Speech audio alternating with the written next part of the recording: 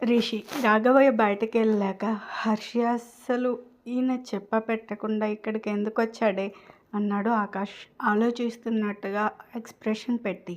ఏమోరా, వాళ్ళకి ఏమున్నాయో మనకేం తెలుసు, ఏదైనా బిజినెస్ గురించేమో అంది తలకి చుట్టిన టవల్ తీస్తూ. లేదే, నాకెక్కడో తేడా కొడుతుంది. బిజినెస్ గురించి అయితే ఇంటి వరకు ఎందుకు వస్తారు? అబ్బా, అసలు ఏంట్రా నీ గోల అంటూ విసుక్కుంది హర్షి. గోల కాదే, నాకెందుకైనా వచ్చిన కారణం బిజినెస్ గురించి కాదు, పర్సనల్ అనిపిస్తుంది. ఆయన దేనికోసం వస్తే మనకెందుకురా అంది హర్షి లైట్ తీసుకుంటూ. ఏమోనే, అదంతా నాకు తెలీదు.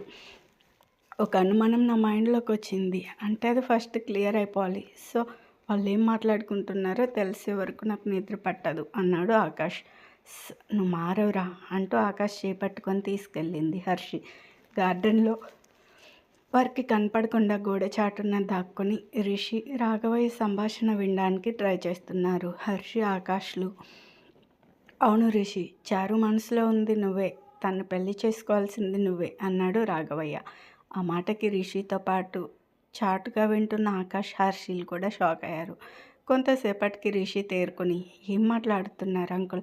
చారు నన్ను ఇష్టపడుతున్నట్టు మీకెవరు చెప్పారని అడిగాడు రిషి. ఎవరో చెప్తే నేనెందుకు నమ్ముతాను? నా కూతురే స్వయంగా నాతో నువ్వంటే ఇష్టం అని చెప్పింది అన్నాడు రాఘవయ్య. అని నిట్టూర్చి, ఇష్టమని చెప్పిన తను నాకు తనంటే ఎలాంటి ఒపీనియన్ ఉందో చెప్పలేదా అన్నాడు రాఘవయ్య కళ్ళలోకి సూటిగా చూస్తూ. తను చెప్పకపోయినా నీ మనసులో ఏముందో నాకు తెలియదా రిషి? నేను తెలుసుకోవాలంత చిన్నపిల్లాన్ని కాదు, చారుని కాదు అనడానికి నీకున్న ఒకే ఒక్క కారణం అంటూ ఆపాడు రాఘవయ్య. పిడికిలు బిగించి కళ్ళు మూసుకున్నాడు రిషి. హర్షి రూపం కళ్ళ ముందు మెదిలింది. హర్షి అన్నాడు రాఘవయ్య. వెంటనే కళ్ళు తెరిచి రాఘవయ్యని చూశాడు రిషి. నీకున్న కారణం హర్షి, తన బాధ్యత నీ చేతిలో ఉంది, అందుకే చారుని వద్దన్నావు అంతే కదా? నువ్వు అను, హర్షికో మంచి సంబంధం చూసి పెళ్లి చేస్తాను.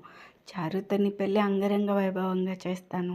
నాకున్న ఆస్తి మొత్తం నీ చేతుల్లో పెడతాను.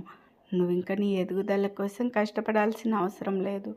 నీ కిందే 100 మంది పనిచేస్తారు. ఏమంటావు అన్నాడు రిలాక్స్ అవుతూ వెనక్కి వాలి. అంత పెద్ద మనిషి ఇంత ఈజీగా ఎలా మాట్లాడుతున్నాడో అర్థం కాలేదు రిషికి. ఎంతసేపటికి రిషి నుండి సమాధానం రాకపోయేసరికి రాఘవయ్య కదిలించాడు.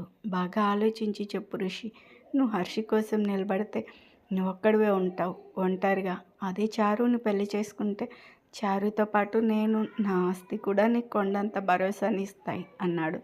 రిషి చిన్నగా నవ్వి, నిజమే అంకుల్, ఒక మనిషి బ్రతకాలంటే డబ్బు కావాలి. మీరు ఇంత గోల్డెన్ ఆఫర్ ఇచ్చాక నేనెందుకు కాదంటాను? మీరు చెప్పినట్టే మీ కూతుర్ని పెళ్లి చేసుకుంటాను కానీ అంటూ ఆపాడు రిషి. చాటుగా వింటున్న హర్షి ఆకాశ్లో మెదడు పనిచేయడం ఆగిపోయి ప్రపంచం మొత్తం ఒక్కసారిగా స్తంభించినట్టు అయిపోయింది ఇద్దరికి. చెప్పు రిషి, నువ్వు ఏది అడిగినా చేస్తాను, నీకేం కావాలో చెప్పు అన్నాడు రాఘవయ్య కుతూహలంగా. కూతురు మీద ఎంత ప్రేమ ఉందో మీ తాపత్రయం చూస్తుంటే తెలుస్తుంది అంకుల్. ఒక తండ్రిగా మీరు నాకు నచ్చారు, కానీ అదే తండ్రిగా మీరు ఫెయిల్ అయ్యారు కూడా అన్నాడు రిషి. ఏమంటున్నావు రిషి? తండ్రిగా ఫెయిల్ అయ్యానా?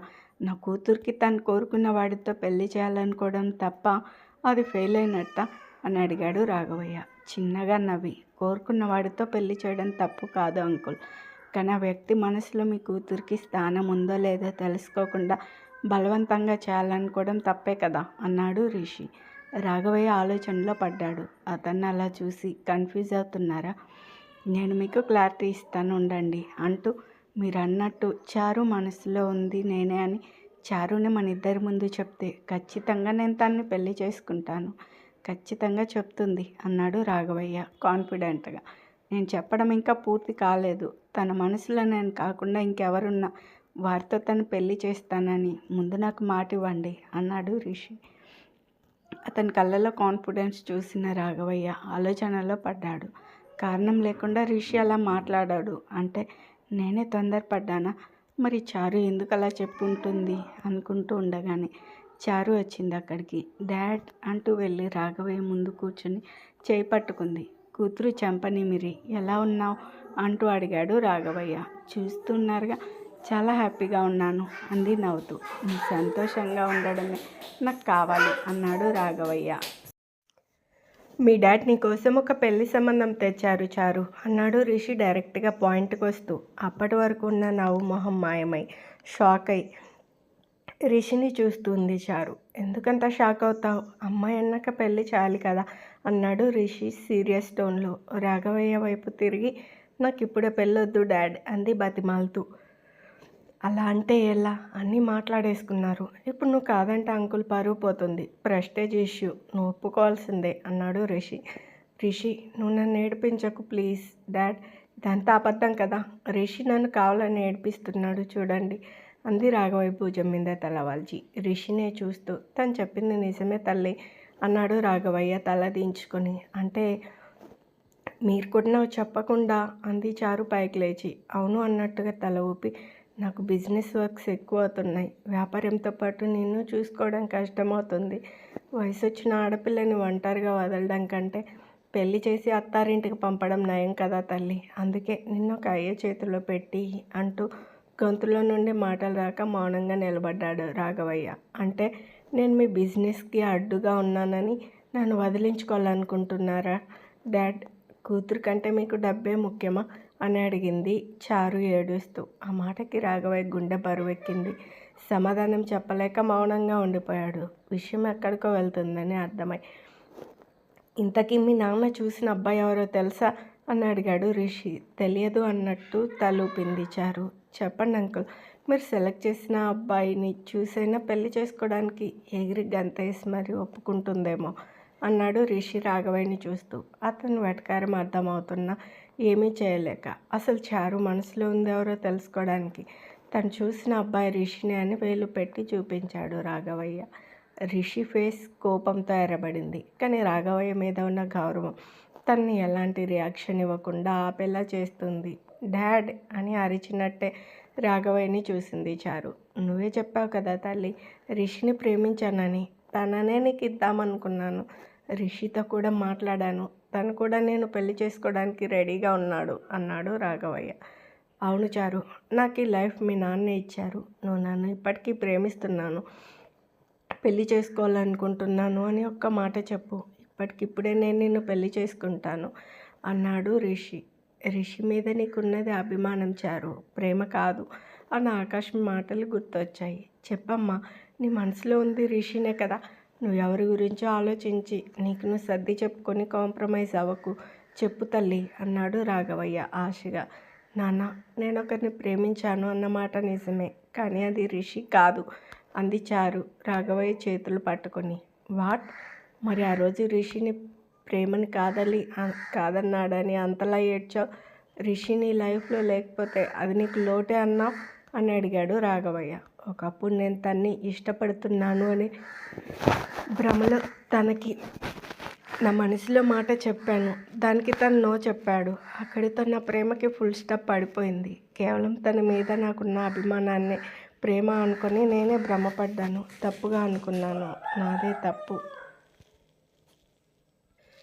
కేవలం తన మీద నాకున్న అభిమానాన్ని ప్రేమ అనుకొని నేనే భ్రమపడ్డాను. తప్పుగా అనుకున్నాను, నాదే తప్పు. కానీ నువ్వు నా గురించి రిషిని ఇలా ఇబ్బంది పెట్టడం నాకు నచ్చలేదు డాడ్ అంది చారు. మరైతే నీ మనసులో ఉంది ఎవరో చెప్పు, అతనితోనే నేను పెళ్లి చేస్తాను అన్నాడు రాఘవయ్య. చారు ఏం చెప్తుందా అని అందరూ టెన్షన్గా చూస్తున్నారు. కమాన్ చారు, ఇప్పటికైనా నోరు తెరవే. ఇప్పుడు కానీ నువ్వు నీ మనసులో మాట చెప్పకపోతే నువ్వు చెప్పేది అబద్ధమని డాడీ అనుకుంటాడు. అప్పుడు రిషికి ప్రాబ్లం అవుతుంది అనుకుంటూ తనకి తను సర్ది చెప్పుకొని గట్టిగా గాలి వదిలి కళ్ళు మూసుకొని గట్టిగా ఆకాష్ అంది చారు. విన్న అందరూ కాసేపు షాక్లో ఉండిపోయారు. ముందే ఊహించడంతో రిషి మాత్రం రిలాక్స్డ్గా ఫీల్ అయ్యారు. కాసేపటికి తేరుకొని ఆకాష్ ఎవరు అన్నాడు రాఘవయ్య. నేను ప్రేమిస్తున్న అతని పేరు ఆకాష్. తను రిషికి తమ్ముడవుతాడు, ఇక్కడే ఉంటాడు అంది చారు తలదించుకుని. ఇందాక లోపలే చూసిన తన అనుకొని ఈ విషయం నీకు ముందే తెలుసు కదా అన్నాడు రాఘవయ్య రిషిని చూస్తూ. తెలుసు అన్నట్టుగా తలూపాడు రిషి. అంతేకాదు ఇంకోటి కూడా తెలుసు అంటూ పక్కకు చూశాడు రిషి. ఏం తెలుసు అని అడిగాడు రాఘవయ్య. అది ఇప్పుడు కాదులేండి, తర్వాత చెప్తాను. ఇప్పుడు మీ డెసిషన్ ఏంటి చెప్పండి అన్నాడు రిషి. చెప్పేదేముంది, ముందు నుండి అంటున్నదే, నా కూతురు మనసులో ఉన్న వాడితోనే పెళ్లి చేస్తాను అన్నాడు రాఘవయ్య చారు భుజం మీద చేసి. మై గాడ్, అతని పేరు కూడా చెప్పండి, వినేవాళ్ళు సంతోషిస్తారు అన్నాడు రిషి. వినేవాళ్ళ? ఎవరు అంటూ చుట్టూ చూశాడు రాఘవయ్య. అదే చారు నేను వింటున్నాం కదా, మాకు ఆనందంగా ఉంటుందని అన్నాడు రిషి. సరే, నువ్వు ప్రేమించిన ఆకాష్తోనే నీ పెళ్లి చేస్తాను, సరేనా అన్నాడు రాఘవయ్య చారు తల మీద చేయి వేసి. థ్యాంక్ యూ డాడ్ అంటూ హక్ చేసుకుంది చారు ఆనందంగా. చారుని వదిలి కళ్ళ నిండా నీళ్లతో రిషిని చూస్తూ దగ్గరికి వెళ్ళి చేతులు పట్టుకున్నాడు రాఘవయ్య. అలాంటి ఎక్స్ప్రెషన్ లేకుండా చూస్తూ ఉన్నాడు రిషి. నాకు తెలుసు, ఈరోజు నేను నీ మనసుని చాలా బాధ పెట్టాను. వయసులో పెద్దవాడిగా పెద్దరికాన్ని చూపించాల్సింది పోయి నీ మనసుతో ఫీలింగ్స్తో ఆడుకున్నాను. స్వార్థంగా నా కూతురు గురించి ఆలోచించాను. నన్ను క్షమించు రిషి అన్నాడు రాఘవయ్య. రాఘవయ్య చేతుల నుండి తన చేతులను విడిపించుకొని, ఈరోజు కాదు, మీరు నా మనసును 10 రోజుల కిందటే బాధ పెట్టారు అన్నాడు రిషి. అర్థం కానట్టుగా రిషిని చూస్తూ ఉన్నారు చారు రాఘవయ్య. మీరంటే నాకు చాలా గౌరవం అంకుల్.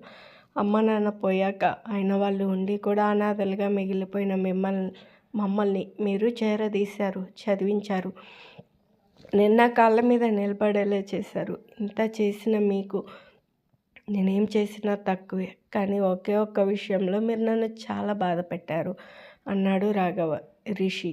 రాఘవయ్య చారు రిషి ఏం చెప్తాడా అని చూస్తూ ఉన్నారు. నాకు అంత హెల్ప్ చేసిన మీరు నా మనసు ఏంటో తెలుసుకోలేకపోయారు. హర్షి కేవలం నా బాధ్యత మాత్రమే కాదు అంకుల్, తను నా జీవితం. రిషి అనేవాడు బతుకుతున్నాడు అంటే దానికి కారణం హర్షి. ఈ విషయం నేను ఎవరికి చెప్పలేదు, చెప్పను కూడా. మీకు ఎందుకు చెప్తున్నానంటే ఇప్పటికైనా తెలియాలి అని. సరిగ్గా 10 రోజుల క్రితం తనను ఒకడు కిడ్నాప్ చేయడానికి ట్రై చేశాడు అంటూ రాఘవయ్య కళ్ళలో తడబాటును గమనించాడు రిషి. నాకు తెలిసి ఎవరు చేయించారో, అందుకే చెప్తున్నాను. నేను ఉన్నంత వరకు నా హర్షికి ఏం కానివ్వను. ఎంతమంది తనకి హాని చేయాలని చూసినా నన్ను దాటుకునే తన దగ్గరికి వెళ్ళాలి అన్నాడు రిషి. అతను ఎంత కూల్గా చెప్తున్నా అది ఎవరికో వార్నింగ్ ఇస్తున్నట్టుగానే ఉంది. రాఘవయ్య తడబడుతూ చిన్నగా తగ్గి, చారు మంచినీళ్ళు తీసుకురమ్మా అని పంపించేశాడు. అది మీరు అని తెలిసాక నా రక్తం మరిగిపోయింది అంకుల్. మీ ప్లేస్లో ఇంకెవరున్నా వాళ్ళంతా చూసేవాడిని. బట్ నేను మనిషినేగా, ఐ హ్యావ్ సమ్ వాల్యూస్ అన్నాడు రిషి. పైకి మామూలుగా కనిపిస్తున్న అతని కోపం ఏరబడిన తన కళ్ళలో తెలుస్తుంది రాఘవయ్యకి. మీ కూతురు అంటే మీకు చచ్చేంత ప్రేమ. మీ ప్రేమని నిరూపించుకోవాలంటే మీ ప్రాణాలని అడ్డేయండి, కానీ పక్కవారి ప్రాణాలని తీసి మరి తనకి ఆనందాన్ని ఇవ్వాలని మాత్రం అనుకోకండి. హర్షి కూడా చారు లాంటి ఆడపిల్ల అని, తనకి కూడా మనసు ఉందని, అందులో రిషి ఒక్కడికే చోటు ఉంటుందని మీకు తెలియదా? తెలిసినా మీ కూతురు మీద మీకున్న ప్రేమ దాన్ని కనపడకుండా చేసేసిందా అని అడిగాడు రిషి. అతను సంధిస్తున్న ఒక్కో ప్రశ్న ఒక్కో బాణంలా గుండెకి గాయం చేస్తుంటే ఏం సమాధానం చెప్పాలో తెలియక విలువిల్లాడిపోయాడు రాఘవయ్య. బాధపడకండి అంకుల్, మీ మీద నాకున్న గౌరవమే మిమ్మల్ని కాపాడింది. ఇప్పటికైనా తొందరపడి నిర్ణయాలు తీసుకోకండి.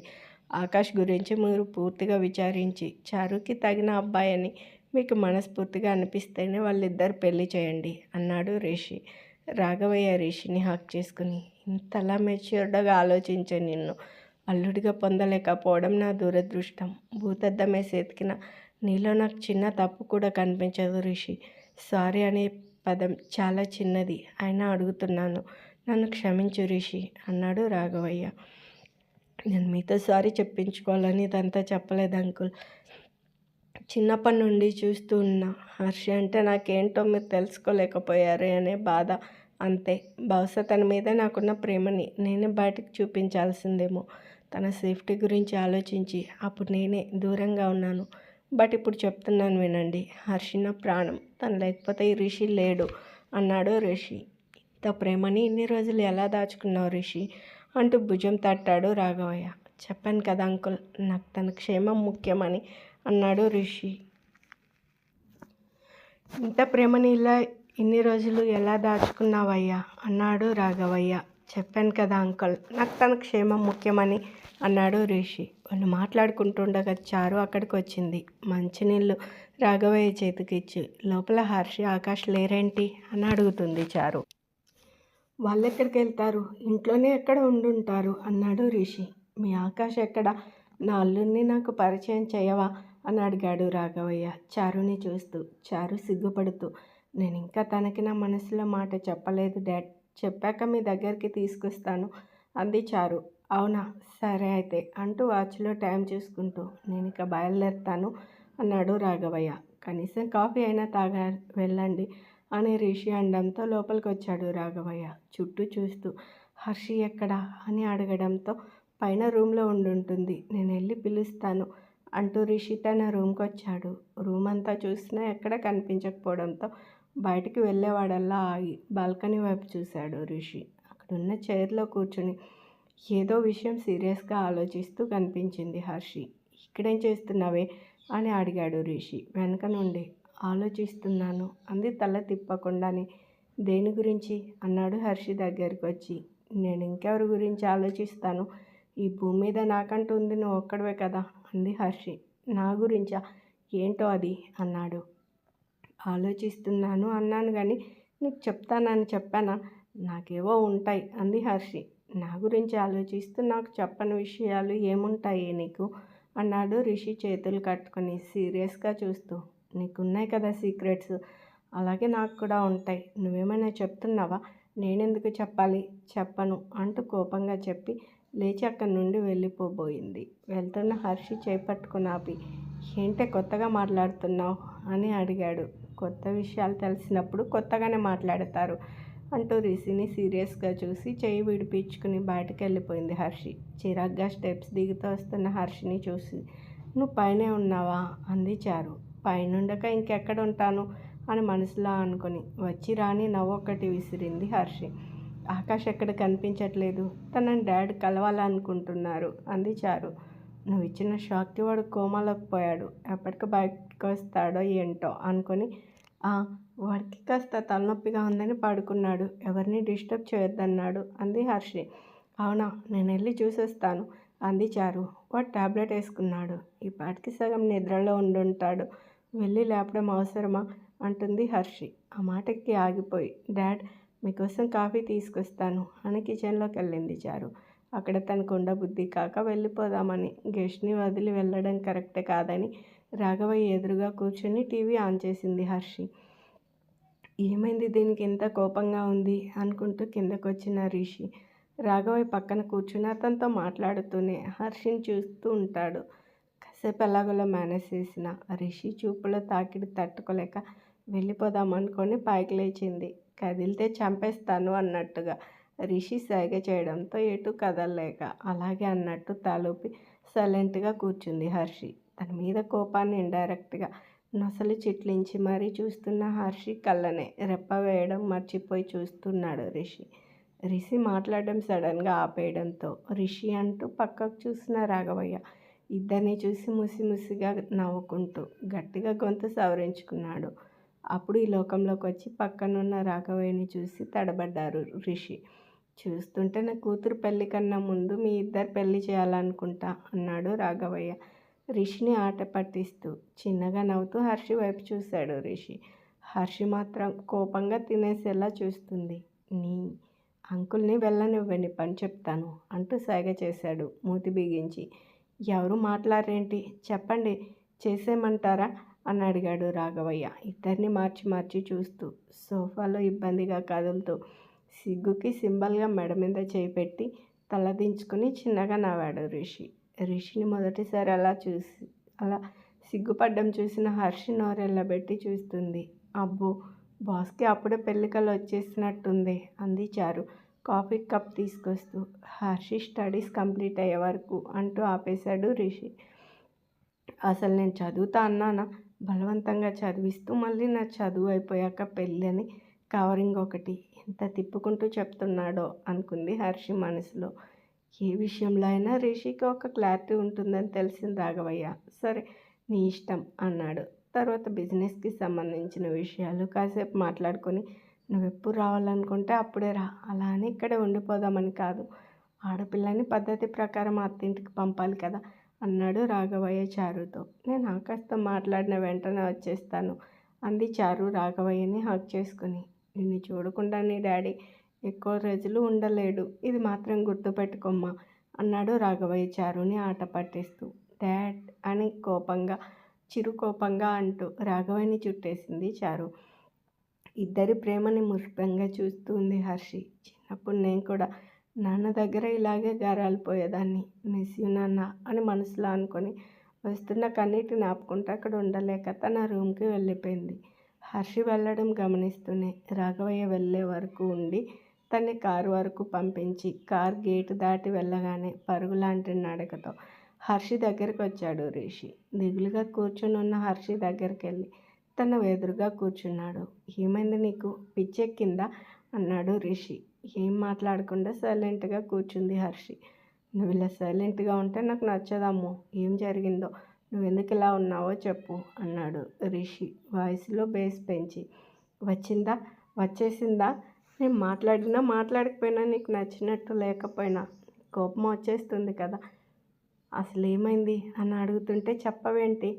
నాకేం కావాలో, నేనేం తినాలో, ఎప్పుడు తినాలో, నేనేం చదవాలో అన్నీ నీకు ముందే తెలిసిపోతాయి కదా. ఇప్పుడు నేనేం ఆలోచిస్తున్నానో, ఎందుకు ఫీల్ అవుతున్నానో నీకు తెలియదు కదా బావా అంది హర్షి.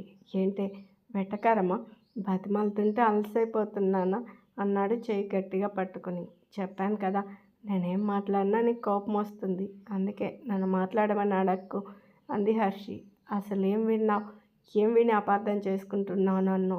నా మీద నీకు నిజంగా కోపం వచ్చిందా లేదా నన్ను టెస్ట్ చేస్తున్నావా అని అడిగాడు రిషి. అంతా విన్నాను. నువ్వు చారునే పెళ్లి చేసుకుంటా అండం, అంకుల్ మీ ఇద్దరు పెళ్లి చేస్తా అండం అన్నీ విన్నాను అంది హర్షి. ఉఫ్, అక్కడ జరిగింది అది ఒక్కటే కాదు, తర్వాత చారు ఏమందో, నేనేమన్నానో నువ్వు వినలేదా? తను ఆకాష్ని లవ్ చేస్తుంది. తను ఇప్పుడు ఆకాష్ని లవ్ చేస్తుంది, కానీ ముందు ఎవరిని ఇష్టపడింది అని అడిగింది హర్షి. హో నో, అసలు నీ కోపానికి అర్థం ఉందా? చారు ముందు ఎవరిని లవ్ చేసిందని కాదు, ఇప్పుడు తన మనసులో ఎవరున్నారనేదే కదా ఇంపార్టెంట్. అది చారు రియలైజ్ అయింది కాబట్టి, తనకు అర్థమయ్యేలా ఆకాష్ మాట్లాడాడు కాబట్టి. ఒకవేళ తను రియలైజ్ అవ్వకపోతే, ఇప్పటికీ నిన్నే ప్రేమిస్తున్నా అనే భ్రమలో ఉంటే, అంకుల్ అడగగానే ఓకే చెప్పేసి ఉంటే నువ్వు చారునే పెళ్లి చేసుకునేవాడివి కదా. ఇంకా ఆపుతావా? ఇప్పుడు నువ్వు అంటున్నది ఏది అక్కడ జరగలేదు. ఎక్కువ మాట్లాడావంటే చంప పగలగొడతా అంటూ చేయెత్తాడు రిషి. కొట్టక ముందే ఏడుపు అందుకుంది హర్షి నుదురు 2 వేళ్లతో రుద్దుకుంటూ. తన కోపాన్ని ఆపుకొని కూల్ అయ్యి హర్షి 2 చేతులు పట్టుకుని, అమ్మో, చారు ఆకాష్ని ప్రేమిస్తుందని నాకు ముందే తెలుసు, అందుకే అంత కాన్ఫిడెంట్గా చారు ఓకే అంటే చేసుకుంటానని చెప్పాను. నువ్వు ఆకాష్ గోడచాటు నిలబడి మా మాటలు వింటున్నారని తెలుసు. చారు మనసులో మాట ఈ విధంగా అయినా బయట పెడుతుందని ఇలా చేశాను, అంతేగాని తనని పెళ్లి చేసుకోవాలని కాదు. అర్థమవుతుందా? అయినా నేనంటే నీకు ఆ మాత్రం నమ్మకం లేదా? నమ్మకం లేనిది నీ మీద కాదు, పరిస్థితుల మీద. అన్నీ తెలిసిన నువ్వు కూడా అలా చేసేసరికి ఎక్కడ నువ్వు దూరం అవుతావో అని భయమేసింది. అప్పుడే నిన్ను వచ్చి కొట్టాలన్నంత కోపం వచ్చింది, కానీ ఆపుకున్నాను. అందుకే నా చూపులతోనే కాల్ చేసేలా చూసావు ఇందాక. అది చాలా తక్కువ నాకు వచ్చిన కోపానికి. నిన్ను అంటూ ఆపేసి తలదించుకుంది. ఆపేసావే, ఈ లోకంలో నన్ను కొట్టే తిట్టే ఏమైనా అనే ఛాన్స్ నీ ఒక్కదానికే ఉంది. ఇప్పుడు ఈ మాటలు బాగానే చెప్తావు. నేను ఎప్పుడన్నా నువ్వు చెప్పింది చేయకపోయినా ఎదిరించి మాట్లాడినా చాలు నీకు కోపం వచ్చేస్తుంది. చెప్పింది అర్థం చేసుకోకుండా అనవసరంగా వాదిస్తే చిన్న చిన్న విషయాలు కలిగితే అప్పుడు కోపం వస్తుంది. అయినా నువ్వు నా కోపాన్ని ఎందుకు చూస్తావు? అందులో ఉన్న నా ప్రేమను ఎందుకు చూడవు అన్నాడు రిషి. చూశాను కాబట్టే నువ్వేమన్నా భరిస్తున్నాను, నీ మాట వింటున్నాను. లేదంటే నీ హాస్టల్ వార్డెన్ టైప్ ప్రేమని తట్టుకోలేక ఎప్పుడో టప్పా కట్టేసేదాన్ని అంది హర్షి వెటకారంగా. నాది వార్డెన్ ప్రేమ? అదేంటే? వార్డెన్ ఏం చేస్తారు? టైంకి ఫుడ్డు బెడ్డు కాపలా ఉంటూ మన అవసరాలని చూస్తారు కదా.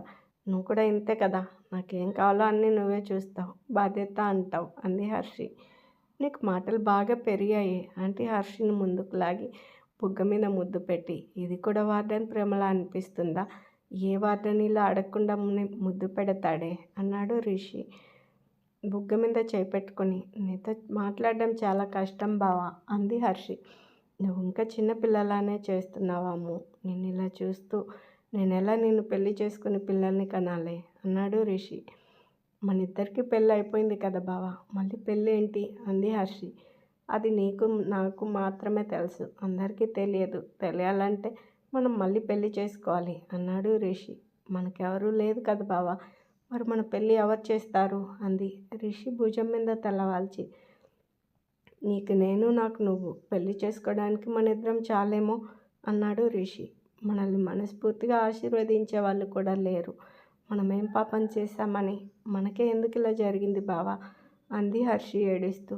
చూడు అమ్ము, జీవితంలో ఎదురయ్యే ప్రతి సంఘటన ఏదో ఒకటి నేర్పించే వెళ్తుంది. మన నుండి మన వాళ్ళని తీసుకున్న దేవుడు ఎలాంటి క్లిష్ట పరిస్థితుల్లో అయినా స్ట్రాంగ్గా నిలబడేలా ధైర్యాన్ని ఇచ్చాడు.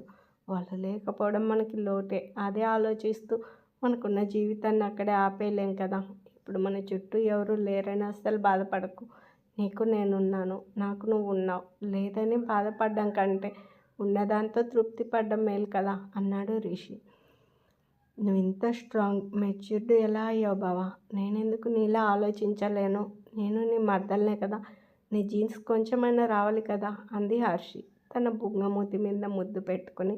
అలా అడుగుతుంటే ముద్దొచ్చింది రిషికి. వెంటనే హర్షిని దగ్గరికి తీసుకుని పెదవులపై ముద్దు పెట్టాడు. అతని ప్రేమ ఆ ముద్దులో తెలుస్తుంటే మైమరుపుతో కళ్ళు మూసుకుని ఆస్వాదిస్తూ ఉంది.